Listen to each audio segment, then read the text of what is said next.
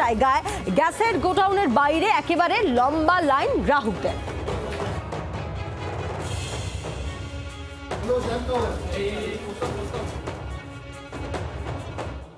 আমরা এই মুহূর্তে নিউ আলিপুরের একটি এলপিজি ডিস্ট্রিবিউশন সেন্টারে দাঁড়িয়ে আছি, যেখানে দেখা যাচ্ছে যে বাইরে প্রচুর মানুষ তারা অপেক্ষাকৃত। তার কারণ তাদের বক্তব্য যে তারা গ্যাস বুক করতে চেয়েও গ্যাস বুক করতে পারছেন না। এই পরিস্থিতিতে দাঁড়িয়ে যেটা ডিস্ট্রিবিউশন সেন্টারের তরফ থেকে বলা হচ্ছে যে মূলত অল ইন্ডিয়া ব্যাপী এই যে সার্ভার রয়েছে, গ্যাসের যে সার্ভার রয়েছে, বুকিং সার্ভার, সেই সার্ভার কিন্তু ক্র্যাশ করে গিয়েছে। ঠিক এইখানে সিস্টেমটি রয়েছে। এই সিস্টেমে আমরা দেখতে পাচ্ছি যে কোনো রকমভাবেই এই যে ওয়েবসাইটটি রয়েছে কোনো রকমভাবেই কাজ করছে না।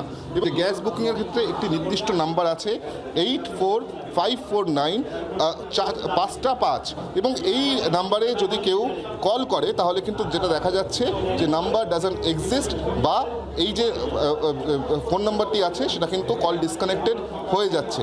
তার সঙ্গে সঙ্গে যেটা আরও অভিযোগ যে মূলত হোয়াটসঅ্যাপের মাধ্যমেও যেখানে বুক করা যায় সেই বুকিংও কিন্তু তারা করতে পারছেন না। সেখানেও একই রকমভাবে কোনোভাবেই কিন্তু এই বুকিং সাকসেসফুল হচ্ছে না। তাহলে মুহূর্তে সাধারণ মানুষ সে কথা ভেবে কিন্তু কার্যত উদ্বিগ্ন। জি 24 ঘন্টার জন্য ক্যামেরা অরিন্দম সরকারের সঙ্গে বিক্রম দাস, কলকাতা।